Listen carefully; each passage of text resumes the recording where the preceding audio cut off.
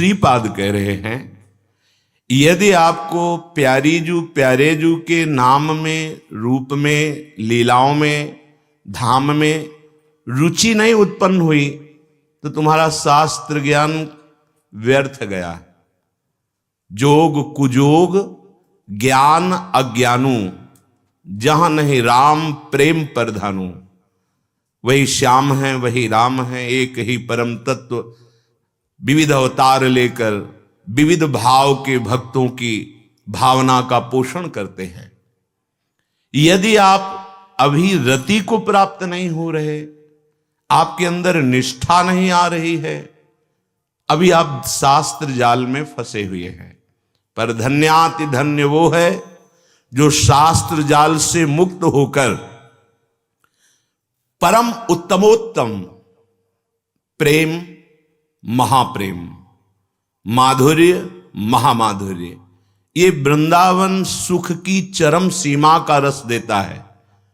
श्री श्यामाजू, श्री श्याम सुंदर जू, लाडली लाल जू, इनका जो प्रेम है, देखो परम ज्ञान समुद्र भगवान शंकर, इनसे बड़ा कोई ज्ञानी ना हुआ है, ना है, ना होगा। बोध स्वरूप ही हैं, ज्ञान के समुद्र हैं, ज्ञान खान अगहानी, जहां बस शंभु भवानी, परम ज्ञान समुद्र।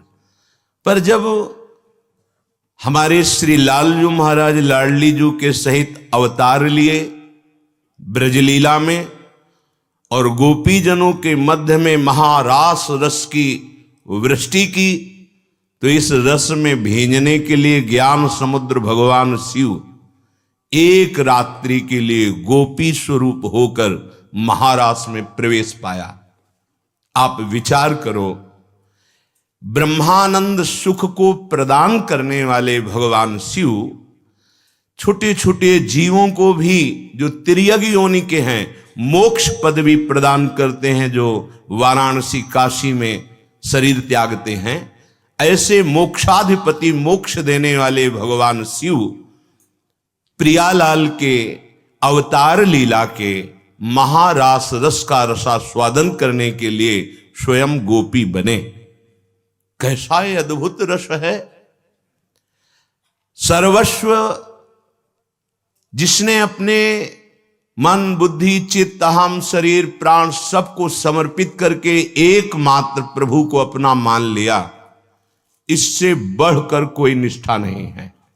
देखिए, वैराग्य की चरम सीमा, ज्ञान की चरम सीमा भगवान सुखदेव जी गोपी जनों की महिमा का गान कर रहे हैं। बृहस्पति के समान ही बृहस्पति शिष्य उद्धव जी परम ज्ञानी, भगवान के नित्य सखा, भगवान की निरंतर समीपता, पर गोपी जनों के चरण रज का स्पर्श पाकर जिस प्रेम, जिस निष्ठा का उदय हुआ, वो बिक गए। मांगा कि मुझे वृंदावन की कोई लता गुल्म औषधि बना दी जाए, जिससे इन ब्रज गोपियों की चरण धूलि हमारे ऊपर पड़े। क्या है ये ब्रज गोपी? इनके हृदय में ब्रह्म नहीं, माया नहीं, नहीं जीव नहीं काल, अपनी हु सुधि ना रही, एक रहे नंदलाल। ये प्रेम निष्ठा। बड़े बड़े महापुरुष जो ज्ञान सिद्ध हैं, जब प्रेम निष्ठा नंद नंदन की, आनंद कंद की जागृत हुई, तो कह रहे कृष्णात् परम किमपि तत्व महम न जाने। कृष्ण से बढ़कर कोई परम तत्व है, अब मैं ऐसा नहीं जानता। फिर हमारे कृष्ण तत्व का भी परम तत्व श्री किशोरी जू, श्री लाडली जू, जो समस्त जाल शास्त्र के सिद्धांत है उनसे मुक्त हो गया है और श्यामा श्याम की चरण रति को प्राप्त हो रहा है, वो समस्त जगत के द्वारा प्रशंसनीय, वंदनीय हो चुका है। यदि उसे निष्ठा नहीं प्राप्त हुई तो कह रहे हैं जलधेर यातार ममैते अप्यति वाग्या। मेरे अनुसार श्रीपाद कह रहे हैं उसे कुछ नहीं मिला, केवल वाक्य ज्ञान मिला है। वो तर्क वितर्क कर सकता है, पर स्थिति कुछ नहीं मिली। प्राय अपने लोग इसी पंक्ति में खड़े हो जाते हैं। खूब शास्त्रों का ज्ञान है। शास्त्रों का ज्ञान किस लिए किया जाता है? अपनी इंद्रियों को, मन को पापाचरण से, विषयों से बचाकर सत मार्ग में चलाना, धर्म मार्ग में चलाना, शास्त्र आज्ञा में चलाना, गुरु आज्ञा में चलाना। उसका फल सत्य वस्तु सच्चिदानंद रूपाय विश्वोत्पत्त्यादि हेतवे तापत्रय विनाशाय श्री कृष्णाय वयम नुमः। इनके चरणों में हमारी भक्ति हो जाती है, हमारा हृदय इनके प्रेम में डूब जाता है। हम जैसे थे वैसे ही हैं, हमें कोई मलिन कर ही नहीं सकता। जो हमारा स्वरूप है, स्वरूप बोध रास्ते का है। यहां प्रेम मार्ग के रास्ते में बोध हो जाता है। जो ज्ञान मार्ग का चरम लक्ष्य है, स्वरूप स्थिति प्रेम मार्ग में रास्ते में हो जाती है। इसके लिए उसको प्रयास नहीं करना पड़ता, अनायास स्वरूप बोध हो जाता है। चल के तो देखे, अगर प्रियालाल के चरणों में रति नहीं हुई, निष्ठा नहीं हुई, राधा नाम में प्रेम नहीं हुआ, तो श्रीपाद कह रहे हैं मेरे मत के अनुसार, जैसे गोस्वामी जी कह रहे मेरे मत के अनुसार सो सब कर्म धर्म जर जाऊ जहां न राम पद पंकज भाऊ। यदि प्रभु के चरणों में भाव तुम्हारा नहीं जुड़ा तो कर्म धर्म किस काम का। वो जोग कुजोग है, वो ज्ञान अज्ञान है, जहां प्रभु के चरणों में प्रेम नहीं हुआ।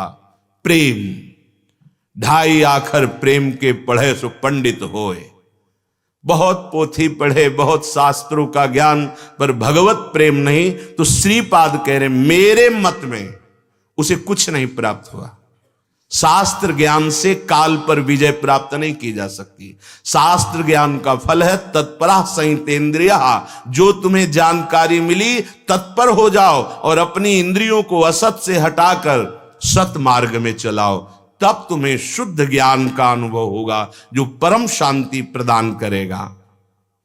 श्रीपाद तो कह रहे हैं ये बड़ी मूर्खता होगी। वाग्या श्रोत परमोत्तमोत्तम मतया प्रज्ञा न वृंदावने। यदि वृंदावन में विराजमान वृंदावनाधीश्वरी श्री लाडलीजू, श्री लालजू, इनमें तुम्हारी रति नहीं हुई तो हमें लगता है मूढ़ता तुम्हारी नहीं गई। तुम्हें भले कितना शास्त्र ज्ञान हो, मूढ़ता नहीं गई। बस हमें यही बार बार संकेत करना है कि आजकल हम 4 सूत्र ज्ञान के पढ़ लेते हैं तो भगवान की भी अवहेलना करने लगते हैं। इतने बड़े हो जाते हैं, इतने हम ज्ञानी हो जाते हैं कि सनकादि के भी आगे बढ़ जाते हैं। जो सनकादि निरंतर हरि शरणम, वो हम हरि को भी माया का स्वरूप समझने लगते हैं। अरे आप विचार करके देखो, इस त्रिभुवन में जो ईश्वर कोटि के महापुरुष ज्ञानी हैं वो भी भगवान का भजन करते हैं, भगवान के आश्रित हैं, भगवान को आत्मस्वरूप से अनुभव किए हैं। श्रीपाद परम ज्ञानी महात्मा और परम प्रेमी, काशी में हजारों शिष्य महाराज के थे जो ब्रह्मबोध प्राप्त किए हुए थे। श्रीपाद प्रबोधानंद जी के जब वृंदावनेश्वरी की चरण कृपा का आश्रय और प्रेम प्राप्त हुआ तो वो खुद कहते हैं कि वो मोक्ष सुख थुतकी कृत्य थूक देने योग्य है, जैसा महारानी लाडलीजू के चरणारविंद की उपासना से सुख प्राप्त हुआ। वो धन्याति धन्य हैं जिनको श्री वृंदावनेश्वरी के चरणारविंद का आश्रय प्राप्त हो गया। निष्ठा, मेरी महारानी श्री राधा रानी, ये निष्ठा अंदर से जाके बल में सबसों तोरी लोक वेद कुल कानी। अब न लौकिक सिद्धांत का हमारे ऊपर शासन है, न वैदिक सिद्धांत का शासन है, अब प्रेम सिद्धांत का शासन है। प्रेम महारानी जी का जाके बल में सबसों तोरी लोक वेद कुल कानी, मेरी महारानी श्री राधा रानी। कौन है आपकी महारानी जी? ये लाल बिहारी को प्राण जीवन धन वार पियत नित पानी। ये अखिल कोटि ब्रह्मांडों के स्वामी भगवान श्री कृष्ण की प्राण जीवन धन है।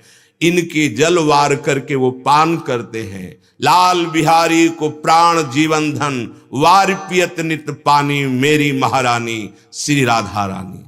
और इनके चरणों का जिसने आश्रय ले लिया, भगवत रसिक सहायक सब दिन सर्वोपरि सुखदानी मेरी महारानी श्री ये निष्ठा, ये गोरे चरणारविंद, इनको सुकोमल ही केवल मत समझ लेना। भगवान श्री हरि के कर कमल में जो सुदर्शन चक्र विराजमान है, प्यारी जी के चरण चिन्हों में विराजमान है। भगवान की कौमुद की गदा जो उनके कर कमल में विराजमान है, प्यारी जी के चरण चिन्हों में विराजमान है। अर्थात जो इन गोरे चरणारविंद का आश्रय ले लेता है, उसकी सुरक्षा गोरे चरणारविंद में विराजमान जो चरण चिन्ह है वो रक्षा करते हैं।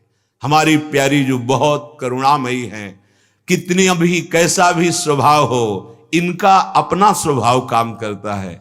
सत्तारणी कृत स्वभाव, करुणा ही करुणा, नेक हो न रिस कहूं, भूली हूं न होत सकी। इसीलिए श्रीपाद कह रहे हैं कि धन्याति धन्य उसका जीवन है जिसने स्वामिनी लाडली जी के चरणों का आश्रय ले लिया। ये कहां से मिला? बोले वृंदावन की कृपा से। क्योंकि वृंदावन की कृपा से वृंदावन के प्रेमी जनों का संग मिला, और उनके संग से जो आगम निगम पुराण में अगोचर हैं, नहीं वो वर्णन करने की सामर्थ्य नहीं रखते, वो हमारी प्यारी जी की रूप माधुरी सखियां नहीं वर्णन कर पा रही। आगम निगम श्रुतियां तो बात जाने दो, कह रहे कोटि कोटि रसना जो रोम रोम प्रति होए, प्यारी जू के रूप को न प्रमाण कहो जात है। अति ही अगाध सिंधु पार नहीं पावे को, थोड़ी बुद्धि सीप माज कैसे के समात है। त्रिभुवन मोहन मदन मोहन स्वमन मनमोहन मुनि मन मोहन लाल जू महाराज जिस प्यारी जू के सौंदर्य रूप माधुर्य प्रेम के अधीन है। सखियां कहती कि अगर एक जबान में करोड़ करोड़ रसना हो तो भी वर्णन नहीं किया जा सकता। जैसे सीपी से कभी समुद्र को नापा नहीं जा सकता, ऐसे बुद्धि से लाडली जी महाराज की महिमा का वर्णन नहीं किया जा सकता। जो को कोटि कलप लगी जीवे, रसना कोटिक पावे, तो रुचिर बदनार विंद की शोभा कहत ना आवे। ऐसी श्यामाजू के चरणों की निष्ठा जिनके हृदय में जागृत हो गई है, श्रीपाद कह रहे हैं वो सर्वज्ञ हो गया, वो समस्त महापुरुषों के द्वारा प्रशंसनीय हो गया, वंदनीय हो गया। कौन? जिसके हृदय में ये जागृत हो गया। क्या? अहो क्रंदन नुच्चैर हृत सकल सर्वस्व इव सम, लुठन भूमौ नेत्रोद्गलित जलधारा प्रतिपदम। श्यामा प्रिया हा लाडली, अब हृदय में ऐसी विकलता है कि खड़े नहीं रहा जा सकता, बैठ गया, थरथरा रहा है शरीर, कंपायमान हो रहा है, लौट गया। हा राधा, हा प्रियाजू, हा श्यामाजू। ये अहो क्रंदन नुच्चैर हृत सकल सर्वस्व इव सम, जिसकी सर्वस्व हो गई लाडली जू महाराज, उसका हृदय लाडली जू के लिए जब रुदन प्रारंभ करता है, हा प्रियाजू, हा स्वामिनी, हा करुणामयी, आज का भी दिन गया और मैं आपको नहीं देख पाया। स्वामिनी कब ऐसा होगा? बस रुदन प्रारंभ, उच्च उच्च स्वर से रुदन, और फिर कह रहे लुठन भूमऊ, इतनी विकलता है कि भूमि में वो लौट रहा है। नेत्रोद्गलित जलधारा प्रतिपदम, प्रति क्षण उसके नेत्रों से अश्रुधारा प्रवाहित हो रही। अजस्र श्री वृंदावन विरह दुख प्रसरतो, उसके हृदय में एक महान विरह प्रकट हुआ है। ये किसी महान भाग्यशाली के हृदय में होता है। कब देखूंगा श्यामा श्याम को, कब निरखूंगा? पूरा जीवन हो गया कहते कि आप हमारी, आप हमारी। कभी आप प्रकट होकर ये तो कह दो कि तू मेरी है सखी। बस कब ऐसा हो? वो विकल है अंदर से। आपको सच्ची कहते हैं, जिसके अंदर ये विकलता होती है तो हमारी करुणामयी स्वामिनी एक क्षण का भी विलंब नहीं करती, उसके नेत्रों में ही आकर बस जाती है। पी मूर्ति नयनन बसे, तेहि रस रहे समाये, ये लक्षण सुनि प्रेम के और न कछु सुहाय। केवल प्रिया प्रीतम उसके नेत्रों में समा जाते हैं। अजस्र, एक दो बूंद अश्रु नहीं, निरंतर अश्रुधारा प्रवाहित हो रही है। विरह दुख प्रसर तो रोम रोम उसका जलन युक्त हो गया है। कैसे मिले मेरी प्रियाजू, मेरी सामर्थ्य नहीं कि मैं उनको प्राप्त कर सकूं। मैं ये अधिकार भी नहीं जना सकता कि मैं तपस्वी हूं, मैं जितेंद्री हूं, मैं भजनानंदी हूं, आप मुझे मिल जाओ। मैं तो अधम हूं, कैसे आप मिलोगी। बस रोम रोम उसका मिलन के लिए व्याकुल हो गया। भवेद यह कुत्रापि पृथ्वी सये कहा छितयसा। बोले पृथ्वी में ही नहीं, त्रिभुवन में उसकी वंदना होती, ब्रह्मा भी उसे नमस्कार करते हैं जिसकी ऐसी स्थिति हो जाती है। पृथ्वी में ही नहीं, भूतल में ही नहीं, त्रिभुवन के बड़े बड़े महत्पुरुष उसे नमस्कार करते हैं जिसके हृदय में राधा चरणारविंद की प्रीति उदय हो जाती है। अब ये कैसे उदय होती, श्री हरिराम व्यास जी महाराज कह रहे हैं, उपदेश्यो रसिकन प्रथम तब पाए हरिवंश, जब हरिवंश कृपा करी मिटे व्यास के संस। ये अद्भुत विद्वान दिग्विजयी पंडित हैं हरिराम व्यास जी। शास्त्र मानो इनकी जिह्वा पे विराजमान है। कह रहे कि मैं रस से अनविज्ञ था, सोयो हुतो विषय मंदिर में हित गुरु टेरी जगायो।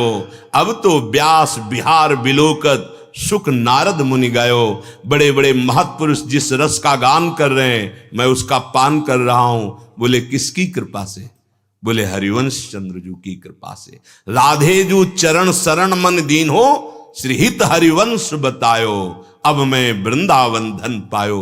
मुझे तो पता ही नहीं था लाडली जू के चरणारविंद का महिमा, लाडली जू का प्रभाव, लाडली जू का स्वभाव। ये प्रदान करने के लिए हरिवंश चंद्र जू प्रकट हुए, श्री राधा चरणारविंद की प्रीति प्रदान करने के लिए। बोले उपदेशो रसिकन प्रथम, रसिक जनों ने जो उपदेश किया उसके प्रताप से हित सजनी जू के चरणारविंद की शरणागति मिली। उनके प्रताप से सारे संशय नष्ट हुए और राधा चरणारविंद की प्रीति प्राप्त। श्री राधा जुग चरण प्रीति उपजय अति भारी, प्रबल किशोरी जू के चरणारविंद की प्रीति। अब कह रहे सावधान, यदि तुम्हें रसिक संग मिल गया है तो रसिक कहें सोई भली बुरी न मानो लेस। पदरज ले सिर पर धरो यह व्यास उपदेश। यदि आप श्यामाजू के चरणारविंद का प्रेम रस प्राप्त करना चाहते हैं, हरिजू की कृपा से रसिकों का संग मिल गया है, अब वो जो उपदेश कर रहे हैं उसमें तर्क मत करो। ऐसा मत सोचो कि ये कड़ुआ बोल रहे हैं। वो कड़ुआ जरूर है लेकिन हृदय में जाकर समस्त वासनाओं को नष्ट करने वाला है। रसिक कहें सोई भली बुरी न मानो लेस। हमारा स्वभाव बन गया है बड़ाई सुनने का, हमारा स्वभाव बन गया है सम्मान पाने का। यही भगवत मार्ग में बहुत बड़ी बाधा है। श्रीपाद प्रबोधानंद जी महाराज कहते हैं, सम्मानम कल्याति घोर गर्लम नीचापमानम सुधा। यदि तुम्हें सम्मान प्रिय हो गया है तो तुम विष पान कर रहे हो, प्रेमामृत का पान करने का अधिकार खो रहे हो। सम्मान को कभी स्वीकार मत करो। अमानिना मान देना कीर्तनी या सदा हरि। स्वयं अमानी रहो, दूसरों को सम्मान दो। जैसे आपको कोई प्रणाम कर रहा है तो आप उसमें प्रभु को देखकर नमन कीजिए। वो सम्मान नहीं होगा, वो वंदन भक्ति होगी। ये उसकी श्रद्धा है, आपकी क्या श्रद्धा है। यदि आपने माना कि मैं श्रेष्ठ हूं, मुझे प्रणाम किया जा रहा है, तो गए। परमार्थ का अपहरण करने वाला ये खेल है। मान प्रतिष्ठा बड़ाई प्रशंसा सम्मान, ये तुम्हारे परमार्थ रूपी धन का अपहरण कर लेगा। तुम्हें चाहिए जहां कोई प्रणाम करे तो उसकी श्रद्धा, उसका भाव।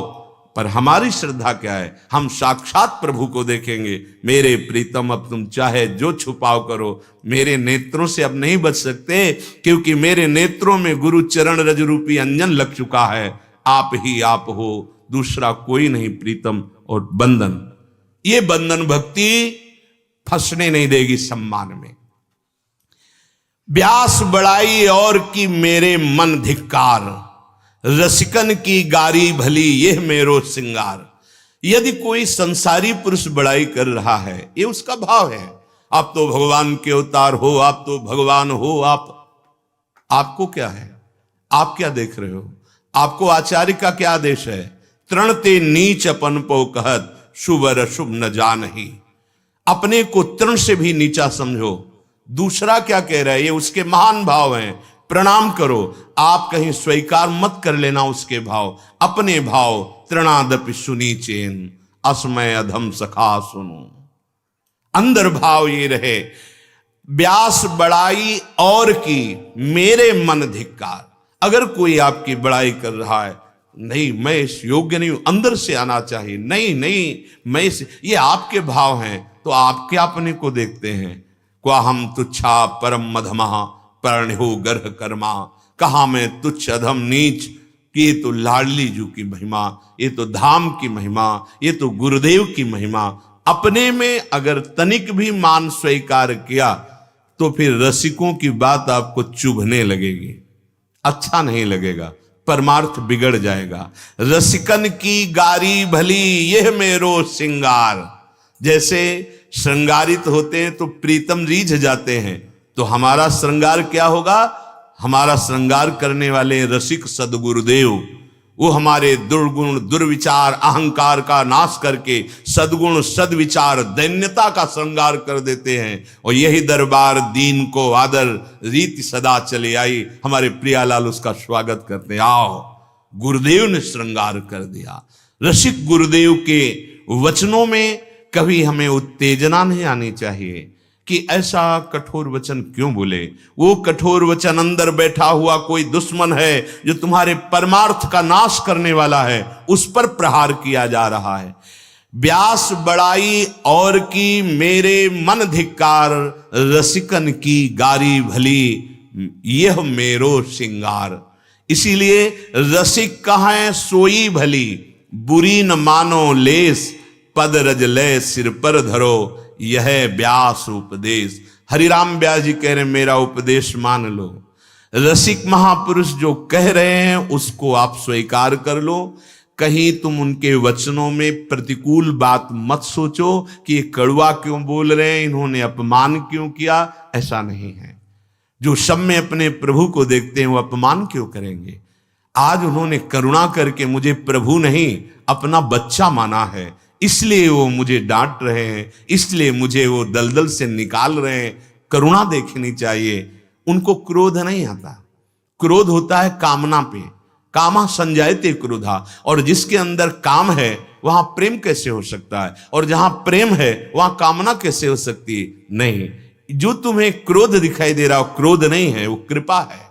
जब कोई ऋषिक महापुरुष आवेश में आकर हमको शासन में लेते हैं तो एकांत में नाचना चाहिए। ऐ माया, अब तू अपने सहायकों के साथ मेरा कुछ नहीं बिगाड़ सकती, क्योंकि मेरे ऊपर रसिकों की नजर है, गुरुदेव की नजर है।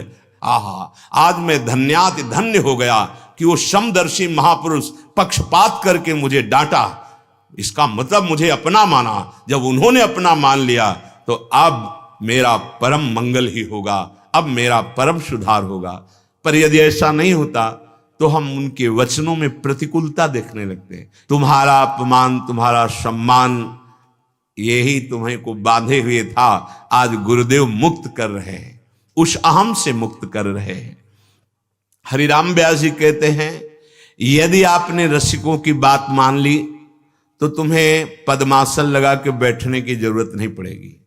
नैन नमूंदे ध्यान को, किए न अंग निन्यास, नाच गाय रास ही मिले, बस वृंदावन व्यास। बोले कभी पद्मासन से दासन लगा के ध्यान नहीं धरना पड़ा। रसिकों की कृपा से युगल सरकार हमारे नेत्रों में बस गए। बस उनके गुण गाते हुए, उनके सामने नाचते हुए मुझे रास में प्रवेश हो गया। हरि राम। नाच गाय रास ही मिले, बस वृंदावन व्यास। हरि हीरा गुरु जो हरि, व्यास ही दियो बताई। तन मन आनंद सुख मिले, नाम लेत दुख जाए। हमारी जो प्रियालाल की प्राप्ति है, इसमें 3 बातें बहुत आवश्यक हैं। पहला है दूरादपाश स्वजनान। शरीर संबंध से जितनी प्रीति हम मान रहे हैं, उन्हें प्रियाजू के संबंध से मानना होगा। अगर आप उसे शरीर संबंध से मानते रहेंगे तो आप नहीं चल पाएंगे, जिसे कहते हैं मोह। मोह शकल व्याधिन कर मूला, मोह गए बिनु राम पद होई न दृढ़ अनुराग। मोह मूल बहुसूल पद त्यागहु तम अभिमान। ये मोह का त्याग। दूरादपाश स्वजनान। अगर वैराग्य मार्ग के पथिक हैं तो दूरी ही बना के रखना है। अगर गृहस्थ मार्ग के पथिक हैं तो उनमें भावना करनी है, मेरे प्रभु विराजमान है। नाते नेह राम के मनियत सुहृद सुसेव्य जहां लो। जहां तक हमारा संबंधी है, हम उसे भगवत भाव से देखें। दूसरी बात, अर्थ के द्वारा प्राप्त होने वाली भोग विलासता में यदि आपका मन सुखी रहेगा तो प्रियालाल के सुख में कैसे जाएगा। इसलिए सुखमर्थ कोटिम, करोड़ों प्रकार की जो भोग सुविधाएं अर्थ के द्वारा मिलती हैं, उनमें अपने मन को मत फंसने दो। तो क्या करें, सब कुछ प्रियालाल का है, प्रियालाल को समर्पित करके आप प्रसाद रूप सेवन करें, भोग नहीं। जो गृहस्थी के भोग हैं उनको धर्म का पालन करने के लिए भगवत आज्ञा मानकर, भोग विलासिता के लिए नहीं तो उसी में फंस जाएंगे, राग हो जाएगा, उसी में आसक्ति हो जाएगी, वही बंधन का कारण है। तीसरा, ये बड़ा सूक्ष्म है। तीसरा है सर्वेषु साधन वरेषु चिरम निराशा। जब साधना के सुख में हम बंधते हैं तो अहम होता है, मैंने 12 वर्ष ये किया, मैं ये किया, मैं ये किया। तो मैं जब कर्ता भाव रहता है तो ज्ञान शुद्ध नहीं प्रकट होता, मूढ़ता बनी रहती है। अहंकार विमूढ़ात्मा कर्ता हमिति मन्यते। मैंने ऐसा किया, मैं ऐसा कर लूंगा, मैं ऐसा कर सकता हूं, इसमें मूढ़ता है, शुद्ध ज्ञान नहीं है। इसलिए आचार्य चरण कहते हैं सर्वेषु साधन वरेषु चिरम निराशा। चिरकाल तक हम किसी साधन से श्री जी को प्राप्त कर पावे, ऐसी आशा नहीं है। हे कुंवर किशोरी जी, आप अपनी कृपा से जो नाम जपवा रहे हैं, अपनी सेवा करवा रहे हैं, अपनी लीला गायन करवा रहे हैं, अपनी शरण में रखे हैं, तो आप अपनी कृपा से ही हमें मिल जाइए। ऐसा नहीं कि वो प्रमादी होता है, वो व्यर्थ में ऐसे बैठा रहता है, वो कायर होता है, ऐसा नहीं होता। अहंकार रहित होकर अपने कर्तव्य का सांगोपांग पालन करते हुए उसमें किंचन मात्र कर्ता भाव नहीं है। हरि हीरा गुरु जो हरि। कुछ कांच ऐसे होते हैं जो हीरे से भी ज्यादा चमकते हैं, समझ पाना कठिन होता है। उसे जौहरी ही जानता है कि ये हीरा है जब कसौटी पे कसता है, और ये नकली कांच है। ऐसे ही हीरा है श्री लालजू महाराज प्रभु, और कांच है ये जगत के समस्त भोग। मणिगणि पुंज ब्रजपति छाणत हित हरिवंश कर गही कंचु। अरे भाई, मणि का त्याग करके कांच बटोर रहे हो, जब जौहरी के पास जाओगे तो उन कांचों की कोई कीमत नहीं होगी, लेकिन हीरे की कीमत होती है। हीरा क्या है? नाम। ये जो हरिजू का नाम, प्रियाजू का नाम आप जप रहे हो, राधा राधा राधा, ये किसी लोक में भी चले जाओगे तुम्हारा परम मंगल करेगा, और तुम परम धनी होगे, और हर जगह तुम्हारा आदर होगा, क्योंकि तुम्हारे पास नाम रूपी धन है। नाम लेत दुख जाए। हरि हीरा गुरु जो हरि, व्यास ही दियो बताई। तन मन आनंद सुख मिले, नाम लेत दुख जाए। यदि आप नाम जब प्रारंभ कर दिए हैं तो धन्यवाद। नहीं किए तो शुरू कर दीजिए। कोई साधन नाम की बराबरी नहीं कर सकता। विश्वास मानिए, शास्त्रों का अवलोकन, संत महापुरुषों के अनुभव और अपनी छाती की बात मिला के कहता हूं, तुम्हारे धन्य भाग हैं यदि तुमने शुरू कर दिया है राधा राधा राधा, कृष्ण कृष्ण कृष्ण। सब शास्त्रों का सार। भगवान व्यास देव जी से ज्यादा अनुभवी कोई महापुरुष नहीं है, क्योंकि उन्होंने उपनिषद, वेद, शास्त्र सब की व्याख्या की है, हर स्थिति लिख दी है। कोई ऐसी स्थिति नहीं कि किसी महापुरुष को प्राप्त हो और भगवान श्री कृष्ण द्वैपायन व्यास देव जी ने लिखा ना हो। कुछ श्लोक तो ऐसे हैं केवल उनका अर्थ वही जानते हैं, उन्होंने स्वयं कहा है। कुछ ऐसे हैं जो भगवान सुखदेव जी जानते हैं। बहुत से ऐसे श्लोक हैं जो सब कोई नहीं जान सकता। भगवान के अवतार है श्री कृष्ण द्वैपायन व्यास देव जी ने सर्वोपरि बात कही। हर युग का अपना अपना धर्म है, और उस धर्म से जब चला जाता है तभी हमारी विजय प्राप्त होती है।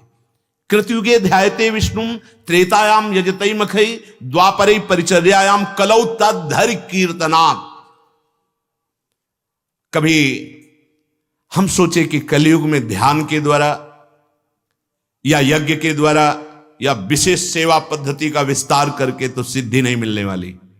कलयुग है, ना इतना घृत शुद्ध है, ना इतना यज्ञ जौधान जो चाहिए यज्ञ के लिए वो शुद्ध है, और ऐसे मंत्रवेत्ता होंगे पर प्रायः नहीं मिलते कि जो शुद्ध त्रिकाल संध्या करने वाले और ब्रह्मणत्व से स्थित और मंत्र की अनुभूतियों से युक्त। तो यज्ञ का पूर्ण रूप से साक्षात सफल होना बड़ा कठिन माना गया है। ध्यान आंख मूंदो अंधेरा दिखाई देगा। देखो ध्यान, जैसे कुछ लोग कहते हैं कि हम ध्यान में ऐसा कुछ तेज आदि देखते हैं। अरे भाई, तेज ही देखना है तो भुवन भास्कर को देख लो। आंख मूंद के तुम्हें देखने की, आंख मूंद के देखना है तो नाम का ध्यान करो। उसी में महान, जिनके चरण नखी की कांति कोटि कोटि सूर्यों को प्रकाशित करने वाली है, शास्त्र शास्त्र सूर्यों जैसा तेज जिनकी नख की अंगुलियों से प्रकट होता है, वह श्री कृष्ण, जिनका ध्यान स्वयं भगवान शिव, ब्रह्मा, शुकादि, सनकादि करते रहते हैं। वो ध्यान नाम में आएगा। नाम में ना हमारा ध्यान सिद्ध हो सकता है, ना हमारी यज्ञ सिद्ध हो सकती है, और सेवा विस्तार की ना तो अंदर वृत्तियां रह गई। अगर वो भोग बन रहा है तो हमारी रसेंद्री पहले ललचा जाती है।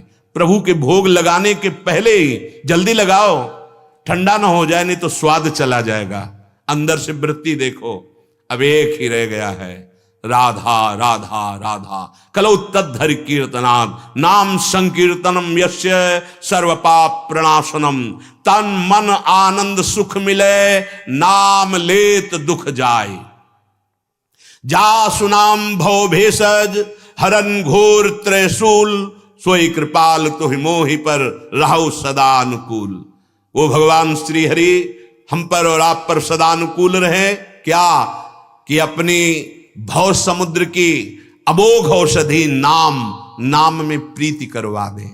हम पर भगवान प्रसन्न हो, हमारे अनुकूल हो। क्या हमारी जिह्वा नाम रटना शुरू कर दे, राधा राधा राधा। ये भव समुद्र से पार होने के लिए सुदृढ़ नौका है।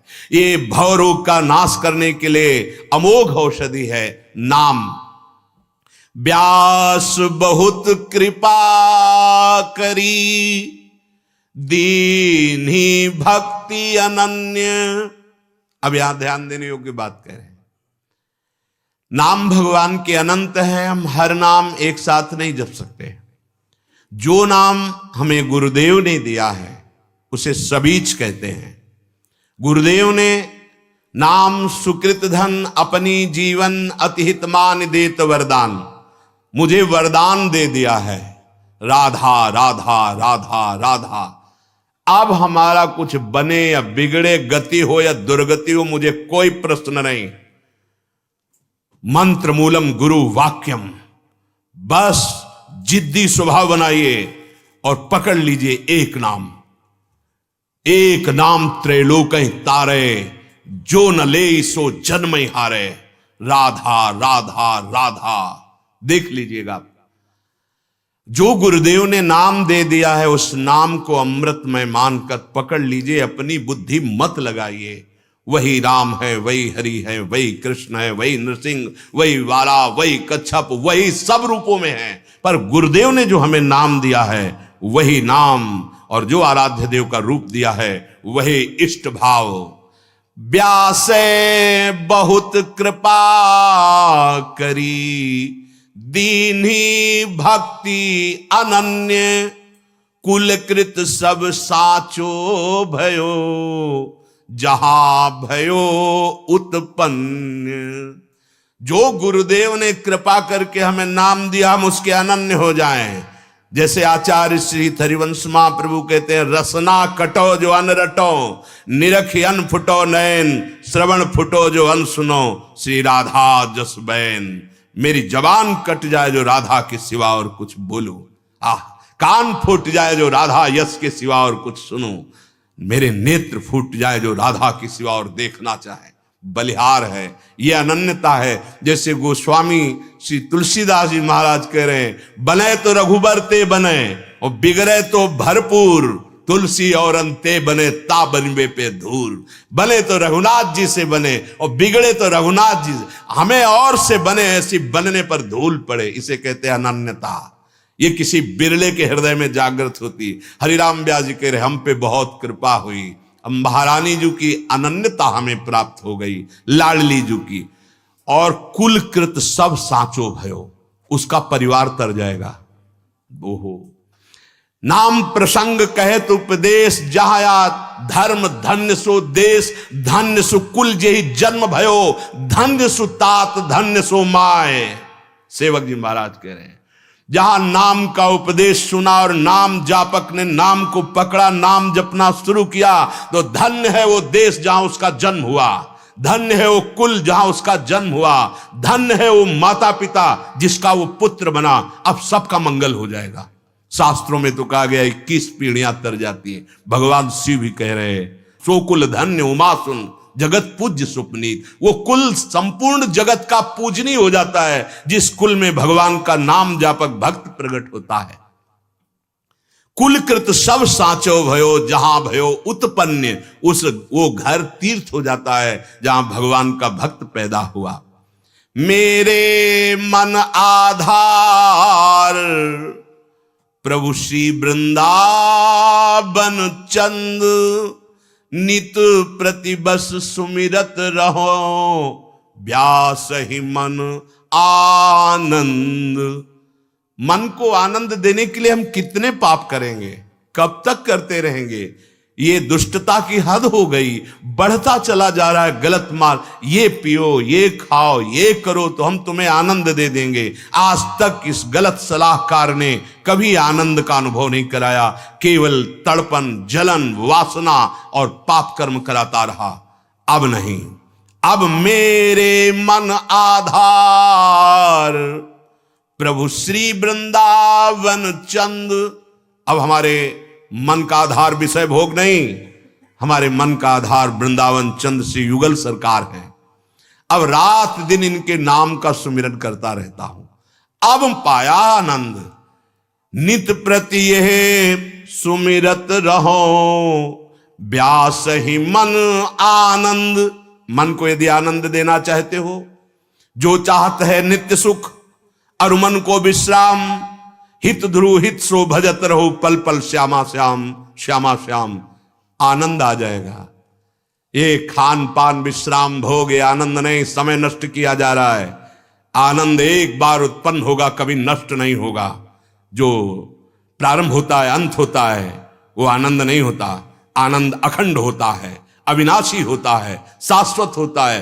भ्रम में मत फंसो। आनंद की लेबल लगाकर हमें दुख भोगवाया जा रहा है, हमें अशांति, चिंता, क्लेश, भय, मृत्यु ये दिया जा रहा है। परिणाम में कौन दे रहा है? यही मन और बुद्धि। अब इनकी सलाह नहीं माननी, अब सदगुरु की आज्ञा माननी है। व्यास राधिका रमण बिनु कहूं न पायो सुख। जिनके शिष्य हैं राजा महाराजा, मधुकर शाह जैसे, जो विद्वान ऐसे हैं कि बैलगाड़ी पे पोथी लाद के चलते, हर पोथी कंठस्थ है, मानो सरस्वती मुख में बैठी है। आए थे महाप्रभु हरिवंश चंद्र जी से वार्ता करने कि देखें क्या रस है ये वृंदावन का। दर्शन मात्र से विद्वता का अहम नष्ट हो गया। दर्शन मात्र से सब पोथी यमुना जी के महल में विराजमान करवा दी। हो गया, मैं हार गया। कह रहे हैं व्यास राधिका रमण बिनु कहूं न पायो सुख, डारनि डारनि मैं फिरो पातनि पातनि दुख। कभी मूल तो पहुंचा ही नहीं जड़ में, ऊपर पत्तों और डालियों पर घूमता रहा शास्त्र ज्ञान में। आज हरिवंश चंद्र जी की कृपा से मूल में पहुंचा। मूल क्या है? बोले राधा वल्लभ लाल, राधा रमण जी महाराज। ये सुख सिंधु हैं, सुख के धाम हैं, ये मूल हैं। ऊर्ध्व मूल मधा शाखा मस्वत्थम प्राहुरभ्यम। भगवान कह रहे मैं सबका मूल हूं। श्री कृष्ण चंद्र जी कोटि ब्रह्म ऐश्वर्यता वैभवता की बारी, व्यास दास की कुंवरी को अब को सके निहारी। बोले हरिवंश चंद्र जी की कृपा से जिन गौरांगी प्रिया जी के गोरे चरणारविंद की महिमा को मैं जान पाया और देख पाया, इसे बिना इनकी कृपा के नहीं देखा जा सकता। सो कृपा ति सुलभ नहीं ताको कौन उपाय, चरण शरण हरिवंश की सहजे बन्यो बना। कह रहे कि कोटि ब्रह्म की ईश्वर, जिसे ध्रुवदास जी ने वर्णन किया, ब्रह्म तेज को ज्योतिष जहां, योगेश्वर धरे ध्यान, ताही को आवरण तहां, नहीं पावे को जान। जिस ब्रह्म तेज में योगी जन लीन हो जाते हैं, वो प्रिया जो की नख कांति का तेज है, उसको पार करके गोरे चरणार बिंद तक पहुंचाना, ये केवल सहचरियों की सामर्थ्य, दूसरे की नहीं। कोटि ब्रह्म ऐश्वर्यता वैभवता की बार, यही बाढ़ है जिसको पार कर पाना मुश्किल है। यही घेरा है, ये घेरा सहचरियां पार कराती। हाथ पकड़ के निकलो, चलो इस ब्रह्म तेज से आगे बढ़ो। जहां से ब्रह्म तेज प्रकट हो रहा है वो गोरे चरणारविंद लाडली जी के हैं। व्यास बसेरो कुंज में, शरीर कहीं भी रहे, जहां तुम्हारा चित्त है वहीं तुम्हारा वास माना जाता है। तुम दिल्ली कलकत्ता कहीं भी हो, यदि तुम्हारा चित्त श्री लाडली लाल के चरणों में है तो तुम वृंदावन वासी ही हो। चिंता मत करना, नाम सुमिरन करना, आश्रित रहना, तुम जहां के हो वहीं आ जाओगे। और यदि यहां हो वृंदावन में और तुम्हारा चिंतन प्रियालाल का नहीं बन रहा तो शरीर छूटेगा, कल्याण तो हो जाएगा, लेकिन प्रियालाल मिलेंगे पक्की बात नहीं। इसीलिए वृंदावन बस के इतनो बड़ो सयान, जुगल चरण के भजन बिन निमिष न दीजय जान।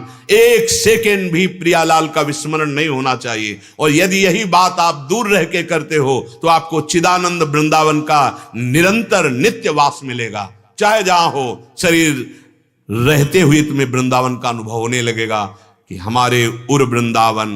और पर इसके लिए बहुत कठिनता है।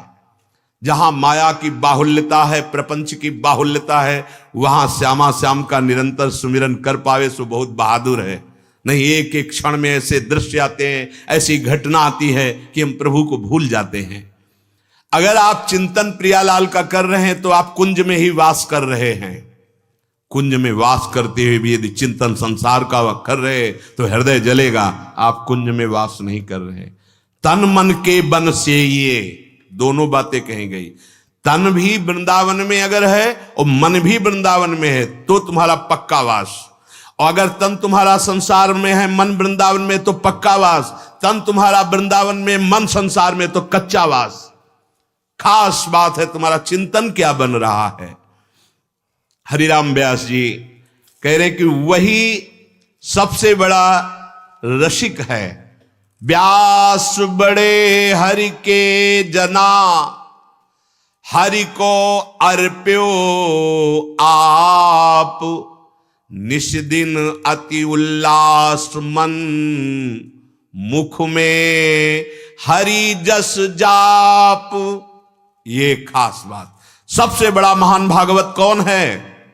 जिसने अपना अस्तित्व मिटा दिया है प्रभु के चरणों में, अपना महत्व, अपना अस्तित्व, अपना अहंकार श्री हरि के हाथों में दे दिया, प्रियाजू के हाथों में दे दिया, और निरंतर मुख से जाप हो रहा है राधा वल्लभ श्री हरिवंश, राधा राधा राधा। तो हृदय में आनंद की उमगन हो रही, इसे कहते भगवन निष्ठा। कल चर्चा हुई थी, भगवान श्री कृष्णचंद्र जी अर्जुन जी को उपदेश कर रहे हैं कि इस लोक में दो निष्ठाओं का वर्णन किया गया है। लोकेस्मिन द्विविधा निष्ठा पुरा प्रोक्ता मया नग, ज्ञान योगेन सांख्यानाम कर्म योगेन योगिनाम। निष्पाप अर्जुन, इस मनुष्य लोक में दो निष्ठाएं प्राय वर्णन की गई। ये जो अष्टांग योग भी है, ये भी कर्मयोग के अंतर्गत ही आता है। पद्मासन लगाना, आसन में बैठना, वो सब क्रिया के अंतर्गत ही है, इसीलिए उनको दो में ले लिया गया है। बोले सांख्य योग अर्थात ज्ञान योग की निष्ठा, और योग अर्थात कर्मयोग की निष्ठा। अभी जो कहा गया है कि वही रसिक सबसे बड़ा है, जिसने अपने महत्व को प्रभु के चरणों में अर्पित कर दिया और रात दिन नाम जप कर रहा है भगवदाश्रित होकर, इसे कहते भगवन निष्ठा। ये जो कर्म निष्ठा है, कर्मयोग निष्ठा और ज्ञान योग निष्ठा, इसमें साधक को स्वयं करना होगा। जहां फिसलेगा वहां फिसल जाएगा, जहां पार होगा उसे पार हो जाना माना जाएगा। लेकिन भगवन निष्ठा में ये स्वयं की निष्ठा नहीं है, ये भगवत प्रदत्त निष्ठा। कल चर्चा हुई थी, इसमें तुम फिसलोगे भी तो करो सदा तिनके रखवारी, जिम बालक राखे महतारी। जैसे मां कार्य भले कोई कर रही हो, पर उसकी एक दृष्टि अपने बच्चे पे रहती है। कहीं कुछ ऐसा ये अज्ञानी है, ऐसा ना कर बैठे जो इसे दुख हो जाए। ऐसे भक्तन पाछे यो फिरत ज्यों बछड़ा संग गाय। जैसे बछड़ा किलकता हुआ आगे जा रहा है, उसे मां की परवाह नहीं, पर मां रंभाती हुई पीछे गाय जा रही। ऐसे भगवान भक्त के पीछे पीछे। और महापुरुषों ने तो यहां तक देखा, जहां भक्त मेरा चरण रखे वहां रखूं मैं हाथ, पीछे पीछे मैं फिरूं कभी न छाड़ूं साथ। इसे कहते भगवन निष्ठा। इसे अलौकिक भगवान ने कहा है। लौकिक दो निष्ठाएं वर्णन की, जिसे साधक को स्वयं तरना होगा, कर्मयोग और ज्ञान योग। ये जो भक्ति योग, प्रेम लक्षणा भक्ति, भगवन निष्ठा है, ये अलौकिक है। लोकेस्मिन द्विविधा निष्ठा, ये दो निष्ठाएं, एक है क्षर, एक है अक्षर। क्षर संसार, तुम्हें जो शरीर, भोग सामग्री, बुद्धि प्राप्त हुई है, उसे निष्काम भाव से सबकी सेवा में लगा दो, मुक्त हो जाओगे। इसे कहा गया कर्मयोग, कोई फल की आकांक्षा नहीं। और अक्षर अविनाशी, जो मेरा स्वरूप है, आत्मस्वरूप, क्षर का त्याग करके स्थूल सूक्ष्म कारण तीनों शरीरों के चिंतन का त्याग कर दिया गया, तो जो है अक्षर वो मुक्त अनुभव हो गया। मैं मुक्त हो गया। ये ज्ञान योग। मुक्त था, केवल जहां फंसा था उसका त्याग कर दिया। ये साधक के ऊपर है। लेकिन ये अलौकिक निष्ठा, मैं प्रभु का, मेरा सर्वस्व प्रभु, बहुत बड़ी चीज। ऐसे कि पीछे भगवान स्वयं एकादशी स्कंद में वर्णन करते हैं, अनुब्रजाम्य हम नित्यम पुए तंग रेणु ही। मैं ऐसे भक्त के पीछे डोलता हूं कि उसकी चरण रज मेरे ऊपर पड़ जाए। क्या हुआ? सर्वस्व भगवान को अर्पित कर दिया, तो अब सब कुछ भगवान हो गया। ज्यादा उसको मेहनत नहीं करनी पड़ी। प्रारंभ से ही उसने अर्पण भाव कर लिया, तो स्वयं भगवान अपने हाथ में बागडोर ले लिए, आगे बढ़ा देते हैं। अभी हमारा अहम समर्पित नहीं हुआ, इसलिए आप देख रहे हो आपके मन में काम आ रहा है, क्रोध आ रहा है, तो आपको लगता है मैं भगवान का शरणागत हूं, ऐसा क्यों आ रहा है? चुपचाप सह जाओ। सहने से अहंकार गलित होगा, समर्पित हो जाएगा, क्योंकि आप शरणागति के मार्ग पर चल रहे हो। किसी को बुरा ना समझो, किसी का बुरा ना चाहो, किसी का बुरा ना करो। आरंभ हो गया आपका कल्याण मार्ग। तुम तीन लीलाओं को देख पा रहे हो? भगवान की तीन लीलाएं बराबर हो रही हैं। शास्त्र सम्मत भगवान ने हर जगह वर्णन किया है। उत्पत्ति, पालन और विनाश। बिल्कुल तीनों बराबर है, तीनों आवश्यक हैं। अरे भैया, जितना आवश्यक जन्म होना है उतने ही आवश्यक पालन होना है, उतने ही आवश्यक विनाश है। ये तीनों सृष्टि की सेवा है। ब्रह्मा, हरि, महादेव, परम ज्ञान समुद्र भगवान शिव का संहार लीला है। कभी रोग रूप में, कभी नाना प्रकार के आक्रमण के रूप में वो समेटते रहते हैं। ब्रह्मा जी फैलाते रहते हैं, भगवान हरि पालन करते रहते हैं। तीनों एक है, तीनों एक है। आउमा, वही प्रणव ओंकार, वही ब्रह्मा विष्णु महेश, वही परम सत्य। अरे भाई, तुम खेल को जान पा रहे हो क्या? आउट नहीं होगा खेल में, है? खेल में आउट नहीं होता क्या? वो आउट हो गया, बस यही तो है। दूसरा शरीर, चल इस खेल में आउट, चलो आगे बढ़ो। सुअर, कुत्ता, गधा, की नाली का कीड़ा, देवता, नारायण, जो बनना चाहो, तुम्हें अवसर दिया गया था, आउट हो गए, भोगों में समय बर्बाद कर दिया, चलो निकलो। अब इसे कहते हैं भगवान रक्षा कर। अरे भगवान क्यों रक्षा करे? वो तो खेल ही रहे हैं, इसी में आउट तो होना ही है। खेल चल रहा है, तुमको सत्य दिखाई दे रहा है। उमा गाँव में अनुभव अपना, सत हरि भजन जगत सब सब। मानो या ना मानो, मान लोगे तो सत्य में स्थित होकर आनंदित हो जाओगे, नहीं मानोगे तो तुम्हारा ही बिगड़ेगा।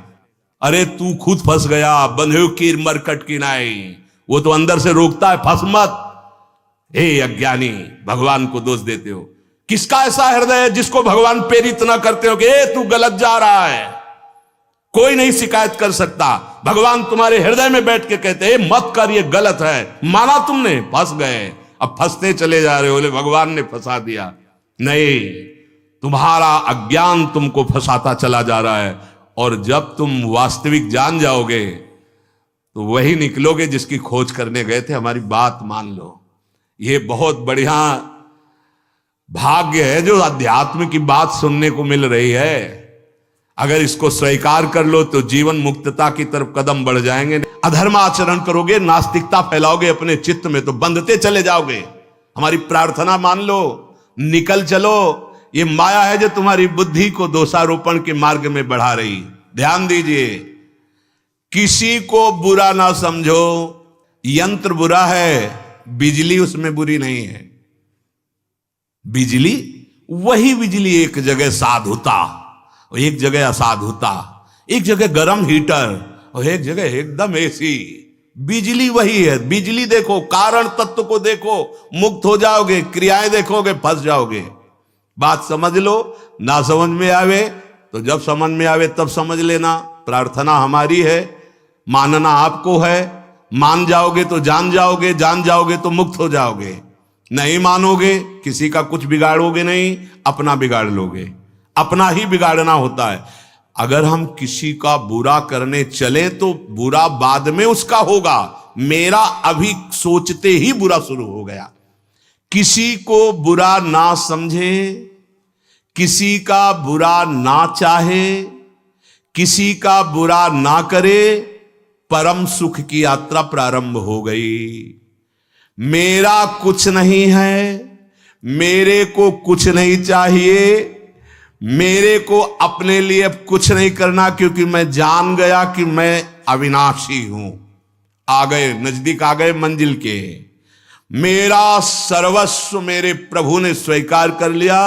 मैं प्रभु का, प्रभु मेरे, विश्राम मिल गया। ये यात्रा है। चाहे कर्म योग से चलो, चाहे ज्ञान योग से चलो, अगर ये निष्ठा आ गई, आनंदित हो जाओगे। ये क्यों में तुम्हारी बुद्धि की मलिनता है। श्री भगवान आगे कह रहे, ना कर्मणा मनारंभान नैष्कर्म्यम पुरुषोष्णुते न च संन्यसना देव सिद्धिम समधि गच्छति। ये कर्म तो बड़ा बंधन कारक है, तो आज से कर्म ही नहीं करते। भगवान कह रहे हैं ऐसी तुम्हारी सामर्थ्य नहीं है। बिना कर्म किए कोई रह ही नहीं सकता। बोले हाथ पैर बांध के बैठ जाएंगे तो मन कर्म करेगा। कर्म कोई ये थोड़ी कि स्थूल ही होते, सूक्ष्म भी तो। प्रतिक्षण वो जाल बुन रहा मकड़ी की तरह। कर्मों का आरंभ किए बिना कोई सिद्धि को प्राप्त नहीं होगा। ध्यान रखना। क्यों? ऐसा क्या है? एक वेग है अंदर, उसको निकालना है। अगर उसे आप सत्कर्म में नहीं लगाओगे तो असत्कर्म में लग जाएगा। उस वेग को तुम रोक नहीं सकते। कर्म का वेग है। ये जो बना हुआ शरीर है प्रकृति से, इसमें एक वेग रखा गया, क्रियाशील, वो करेगा, हरकत होती रहेगी। क्रिया तो सोने में भी होती, सुसुप्ति में। बोले क्या होती हो? तो सो रहा है। अगर क्रिया ना होती तो जग ही ना पाता कभी। बोले यार कच्ची नींद में जगा दिया, मतलब क्रिया हो रही थी ना, अभी क्रिया पकी नहीं थी, परिपक्व नहीं होती। परिपक्व होती अपने आप जग जाता, मतलब क्रियाशील है। मूर्छा में भी क्रिया होती है। अगर वो क्रिया ना होती तो उसे कभी होश ही ना आता। क्रियावान प्रकृति है, आप केवल स्थूल चेष्टाओं को देख रहे हैं। भगवान कह रहे हैं कर्म किए बिना कोई निष्काम स्थिति को प्राप्त नहीं होता है। जो शरीर का आराम चाहने वाले हैं वो एकांत में भजन करेंगे, कमरे में। बहुत सेवाएं हैं, बहुत व्यवहार है, इसी से सिद्धि तुम्हें प्राप्त होगी। तुम क्या समझते हो एकांत कमरे में रहकर तुम सिद्धि प्राप्त कर लोगे? तुम प्रपंच से बच जाओगे? ए भाई, कमरे में एकांत नहीं होता, कमरे में पूरा प्रपंच साथ होता है। क्योंकि मन साथ है ना, वो पूरा सीसी कैमरा है अनंत जन्मों का। हर विषय भरा हुआ है उसमें। अगर उसको एकांत में नहीं ला पाए तो किसी गुफा में बैठ जाना जाके। प्रपंचातीत स्थिति नहीं है। बाहर से भागना एकांत नहीं होता। मन को सावई मन कृष्ण पदारविंदयो, ये एकांत होता है। चाहे लाखों की सभा में बैठे हो तुम एकांत हो, और गुफा में बैठे हो तुम्हारा मन प्रपंच में है तो तुम एकांत नहीं हो। एक अंतःकरण में प्रकृति का वेग है, ध्यान से सुन लीजिए। उसमें करने की प्रक्रिया है, करने का वेग है। अगर उसे आप सही मार्ग में नहीं लगाए तो तुम्हारे रोके नहीं रुकेगा, गलत मार्ग में और लगेगा ही लगेगा। उस वेग को मिटाने के लिए अवश्य करना है। भगवान कह रहे हैं कर्मों का आरंभ किए बिना कोई निष्कर्मता की सिद्धि को प्राप्त नहीं होता। बड़े बड़े वृद्ध संतों को भी देखा है, हाँ, कोई न कोई सेवा, कोई न कोई। देखो माधवदास बाबा इतने सिद्ध, उनके लिखे हुए लीला ग्रंथ का गायन उसी आश्रम में हो रहा है, जय जय जगन्नाथ। और वहां माधवदास बाबा गए तो कहा हमें यहां कुछ दिन रुकना है ब्रज में ही। तो उन्होंने कहा रुको महाराज, आपका तो वृद्ध शरीर है, आराम से जहां जैसे आप आसन लगा लीजिए। उनका नहीं, हम ये इसलिए आपसे प्रार्थना करें, मुझे सेवा चाहिए। कहा नहीं, आपको सेवा नहीं मिलेगी आपको। तो बोले फिर नहीं रुकेंगे, हम यहाँ का प्रसाद पाएंगे, यहाँ रुकेंगे तो हम यहाँ सेवा करेंगे। फिर ऐसा करो, आप ऊपर गऊ का गोबर डाल दिया जाता है छत में, आप थाप दो, कंडे थाप दो, उपले, वो सेवा ली। एक दिन वो सेवा करके उतर रहे थे, कोई जगन्नाथपुरी से संत भगवान आते, देखा माधवदास बाबा साष्टांग दंडवत की। तो लोगों ने पूछा कौन है? बोले जिनका ग्रंथ गाया जा रहा है वही माधवदास बाबा। अरे सिद्ध महापुरुष सब चरणों में लौट गए उनके। फिर वहां से वो चल दिए। देखो संतों की चाल देखो, वृद्ध है लेकिन शरीर में अगर अन्न जाएगा, यहां रुकेंगे तो हम सेवा करेंगे, बिना सेवा के नहीं रुकेंगे। नैष्कर्म अश्नुते, भगवान कह रहे यदि सत्कर्मों का आचरण नहीं करोगे तो तुम सिद्धि को प्राप्त नहीं होगे। जिस स्थिति में मनुष्य कर्म के वेग को सतमार्ग में लगा देता है और कामना नहीं रखता, तो वो कर्म उसे बांध नहीं पाता, वो सिद्धावस्था को प्राप्त हो जाता है। कामना कब नहीं बनती? जब आज्ञा पालन का भाव होता है। शास्त्र की आज्ञा है ऐसा कर्म करो, गुरुदेव की आज्ञा है ऐसा कर्म करो, मुझे इस कर्म के परिणाम से नहीं मतलब है, मुझे केवल ये कर्म करना है क्योंकि आज्ञा हुई है। वो कर्म उसके वेग का समन करके शांति अवस्था, सिद्धावस्था को प्रदान कर देगा। कामना रहित होकर किया गया कर्म उसके अंदर एक अद्भुत अलौकिक शक्ति प्रकट करता है। ध्यान रखना, एक अलौकिक शक्ति जिसमें सुख दुखे समय कृत्वा लाभा लाभौ जया जयौ, सुख दुख में समान, लाभ हानि में समान, जय पराजय में समान होता है। कामना का त्याग करना बड़ा कठिन है, इसलिए गुरुदेव का आश्रय लिया जाता है।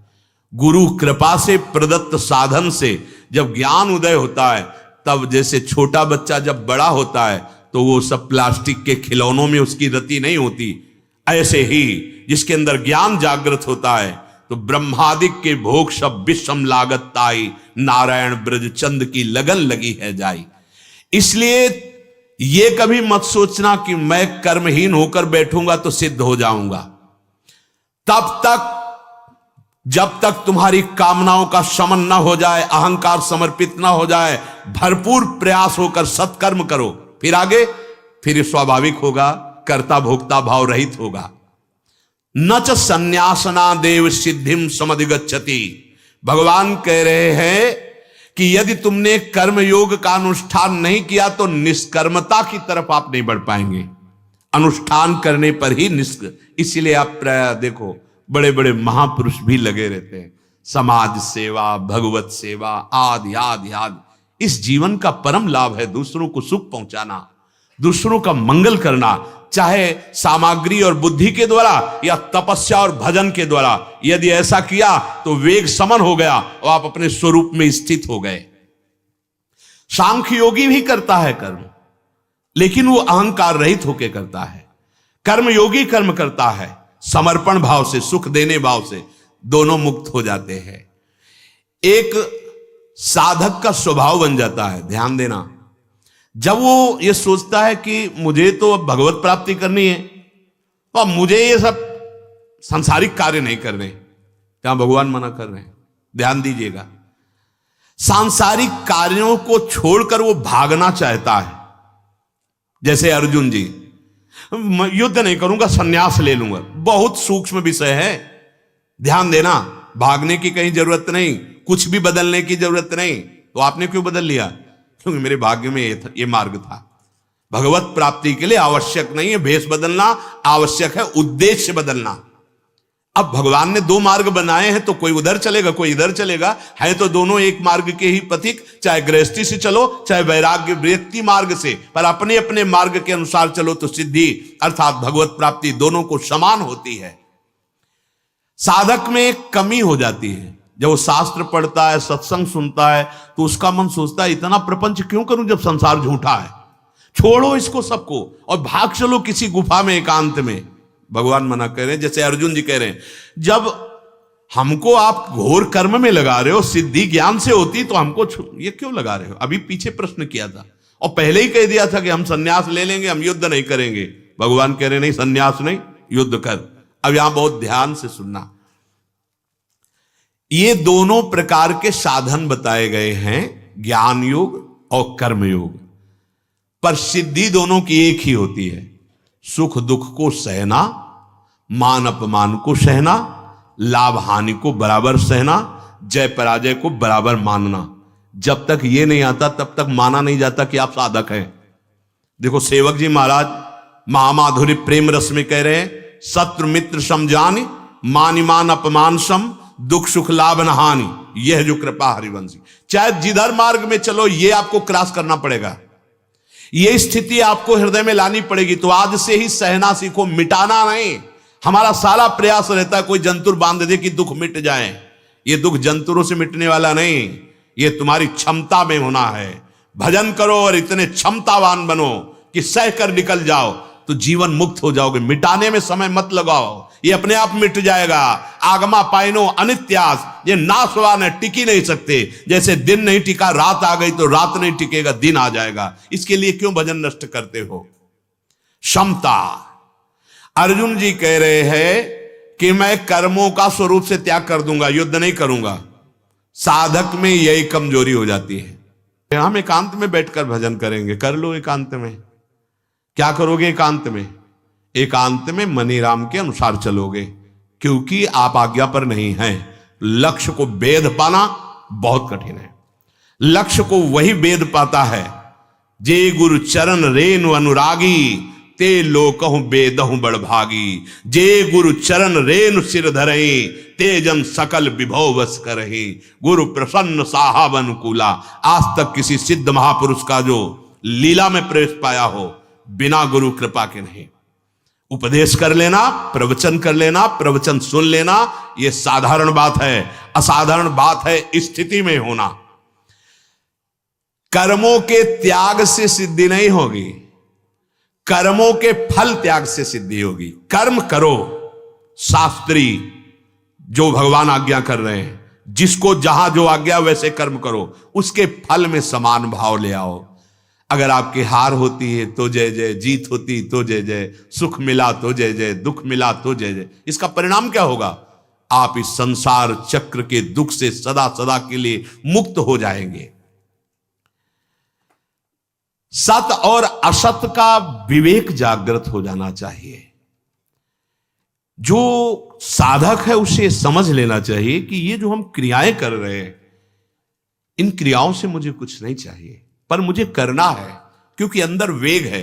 अगर ये नहीं करेंगे तो असत क्रियाओं में लगा देगा। बहुत सावधान, पक्का ये खूब देखी समझी बात है। अगर आप अपनी दिनचर्या में नहीं रहेंगे तो आप साधक नहीं हो सकते। हमारी दिनचर्या का मतलब है समय से उतना केवल इंद्रियों को विश्राम देना, उतना भोजन देना जिससे ये हमारा साथ दे करके भगवत मार्ग में चलती रहे।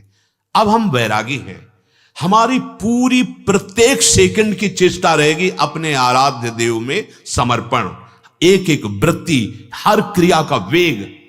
अभी आप चाहे जैसे चलाओ, आपको लक्ष्य यही होना है, अनन्य चिंतन और हर कर्म भगवान को समर्पित। ये तो सर्वाणि कर्माणि मयि सन्न्यस्य मत्पराः। अब आप देखो कितना सोते हो, कितना जगते हो। अगर आपका संयम ठीक है, आपकी दिनचर्या ठीक है, तो हर सिद्धि आपके चरण चूमेगी। आप अविनाशी के बच्चा है यार, अविनाशी के अंश हो। सुविधाओं से हमारा साधन चलता है क्या? जो सुविधा भोगी साधना के प्रति भाव रखते हैं कि ये मिले तो साधना बनेगी, उनके कभी साधना सिद्ध ही नहीं होगी। अविसुविधाएं, नाना प्रकार की प्रतिकूलताएं, उनको रौंदते हुए साधक बढ़ता है। ये सुविधा भोगी कभी साधक नहीं होता है। बात हमारी समझ लेना कि हमको ऐसी ऐसी सुविधा मिले तब हमारी साधना परिपक्व होगी। नहीं, हमको भगवान ने जैसी परिस्थिति दी है वही हमारी सिद्धावस्था में पहुंचाएगी। ये बिल्कुल ऐसा नहीं, कोई भी हमको परास्त कर दे ऐसा हो नहीं सकता, क्योंकि हम गुरु चरणों के आश्रित हैं, हमारा लक्ष्य सत्य है। अब दिनचर्या देखो अपनी, कैसे तुम्हें चैन से पूरी रात नींद आ जाती है, तुम्हें कैसे भरपेट भोजन करने में रुचि पैदा हो गई कि तुम्हारी चित्त वृत्ति अभी भगवदाकार नहीं हुई। नहीं खान पान ते भावे है, नहीं कोमल वसन सुहावे है, सब विषय लगे ते खारा है, हरि आशिक का मग न्यारा है। अरे भाई ऐसा नहीं, दिनचर्या का मतलब है केवल उतना विश्राम, उतना आहार जितने में हमारी जीवन यात्रा चल रही, और हर क्षण पूर्ण पुरुषार्थ भगवत प्राप्ति का। कायर बनकर पड़े रहने से थोड़ी भगवत प्राप्ति होती है। पढ़ा कौन रह सकता है? आप देखो पढ़ करके, अगर असाधन ना होने लगे, कुमार्गगामी प्रवृत्तियां तुम्हें रौंद ना दे तो हमें बता देना। अगर हमारा बहुत शरीर कष्ट में, तो लड़खड़ाते हुए चलेंगे पर अपनी मंजिल में चलेंगे। ऐसा नहीं कि आज हमें बुखार है, आज हमारा ये है, आज हमारी नहीं। तुम वीर बहादुर भगवान के मार्ग के पथिक हो। ये कोई भी रोग शोक तुम्हें परास्त नहीं कर सकते। आपका लक्ष्य ही दृढ़ नहीं है, जरा जरा सी बात में आप परास्त होते चले जा रहे हैं। भगवान कह रहे हैं साधकों को जब अपने, एक एक शब्द सुनना, साधकों को जब अपने कल्याण की उत्कृष्ट अभिलाषा जागृत होती है तो कर्म में, पदार्थ में, परिवार में किंचन मात्र रुचि नहीं रह जाती। फिर भी वो पदार्थ का सेवन करता है, वो कर्मों का अनुष्ठान करता है, वो सबसे प्यार से मिलता है। ये स्थिति है। यद्यपि उसकी कहीं किसी से रुचि नहीं है, उसकी कहीं किसी पदार्थ की इच्छा नहीं है, किसी कर्म करने की उसको कोई भी अंदर आवश्यकता नहीं, फिर भी देखो बड़े बड़े महापुरुषों के चरित्रों को देखो। वास्तव में यही स्थिति साधक को भगवत प्राप्ति कराती है। कौन सी स्थिति? जब साधक की उत्कृष्ट अभिलाषा हो गई अपने कल्याण की, भगवत प्राप्ति की, तो अब उसको किसी अन्य कर्म में, पदार्थ में या अपने शरीर संबंधी परिवार में रुचि नहीं रह जाती। फिर भी रुचि ना होते हुए भी वो व्यवहार करता है, वो पदार्थों का सेवन करता है, वो ऐसा कर्म करता है जैसे कोई कर्मठी कर्मकांडी करता है, ऐसे ही कर्म, शास्त्र के विरुद्ध कभी ऐसा नहीं, सम्यक अनुष्ठान पूर्वक कर्म होता है। क्या होगा इसका फल? अपने शरीर से भी घनिष्ठ संबंध जो था उससे राग नष्ट हो जाएगा।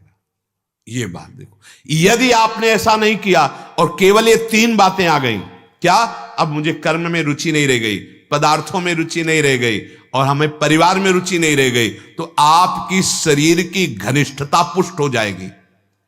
ये भगवान के वाक्य हैं, बहुत अंदर से देखना। हां, अगर तुम्हारी लौकी के कमंडल और लंगोटी में प्रीति है तो जितना एक मकान में पूरे परिवार में प्रीति नष्ट कर सकती है, उतना एक लंगोटी और कमंडल की प्रीति तुम्हें भ्रष्ट कर सकती है। प्रीति, भगवान से प्रीति करने के लिए चक्रवर्ती सम्राट पद छोड़ा, रानियों को छोड़ा, पुत्रों को छोड़ा।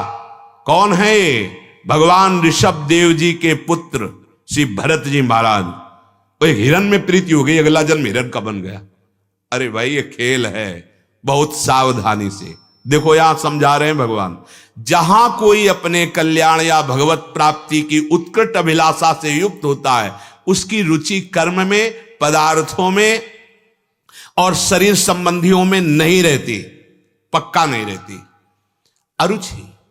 पर यदि वो इसी अरुचि के साथ तो अपने शरीर में उसकी रुचि बढ़ जाएगी, कर्म नहीं करना और ऐसे, अब आप संभाल नहीं पाओगे। सारा का सारा मूल इसी से संबंध था और ये बहुत प्यारा लगने लगता है। उसके शरीर में घनिष्ठ राग हो जाता है। अब वो क्या होता है? शरीर राग का वर्णन होता रहता है। इतने दिन हो गए हमने जल नहीं पिया, इतने दिन हो गए हम केवल जल पिए हैं, इतने दिन हो गए हम केवल फल पे रह रहे हैं, इतने दिन हो गए अन्न पे रह रहे। सावधान, ये भगवत प्राप्ति का मार्ग नहीं है, ये अहम पुष्टता की तरफ आपकी यात्रा जा रही है। अब वो अपने शरीर की जो ये चेष्टाएं हैं, उनकी ख्याति, उनकी प्रशंसा और परिणाम शरीर सुख में ही स्थित हो जाता है। साधक की भागवती उन्नति में महान बाधक बात है। अब इसको कैसे कैसे समझाए? यहां हम अगर 4 दिन कुछ करते हैं तो ये बहुत ही, जिस मार्ग में हम चले, घातक है। भला साधक जान पाता है घातक है? नहीं। साधक की आध्यात्मिक उन्नति में ये बहुत बाधक भाव है। साधक के मन में जब ऐसा भाव आवे तो उसे अनुष्कर्म करना ही है, जो शास्त्राज्ञा है, गुरु आज्ञा है। बड़े बड़े महापुरुषों में देखा गया है, वो अपनी दिनचर्या में रहते हैं, कोई अब जरूरत नहीं रह गई। जो दिनचर्या का फल है उसमें स्थित है, पर वो अपनी दिनचर्या में। पदार्थ शास्त्र सम्मत जो अभ्यास साधना में किया गया है, वो सिद्ध पुरुष वही पाता है। कर्म जो साधना में किया गया है, सिद्धावस्था में वही होता रहता है। परिवार संपूर्ण संसार हो जाता है, सबसे वही प्रीति का व्यवहार, सबसे ऐसा जैसे अपने घर वालों से मोही पुरुष मिलता है, ऐसे जो भगवत प्रेमी महात्मा सबसे वैसे प्यार से मिलते हैं, मानो अपने पारिवारिक जनों से मिल रहे हैं। अंदर से किसी से में रुचि नहीं है, न पदार्थ में, न कर्म में, न संबंध में। अब वो स्वरूप की तरफ गति प्राप्त कर रहा है। सारा वेग प्रकृति का प्रकृति में और वो स्वरूप की तरफ, वो परमार्थ में आगे बढ़ जाता है। वास्तव में आसक्ति का त्याग करना आवश्यक है, ना कि बाहरी क्रिया का।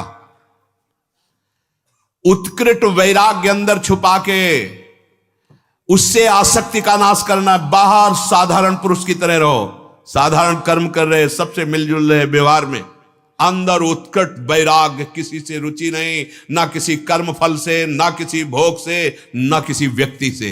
यह है महात्मा का स्वरूप। बाहर वैसे ही देखा है, बड़े बड़े संतों को देखा है, श्रीधर बाबा आदि को। एकांत में रहकर साधक को ये अंदर आता है कि मैं साधना करूंगा तो सिद्ध हो जाऊंगा, परंतु सावधान, अगर आप एकांत कमरे को एकांत समझते हैं तो उसमें जिसके समस्त संकल्प नष्ट हो चुके हैं वही सिद्धि प्राप्त कर पाएगा, नहीं तो संकल्प विकल्प और तामस, निद्रा, आलस्य और प्रमाद जागृत हो जाएगा। ना करने योग्य कार्य एकांत में कर बैठोगे।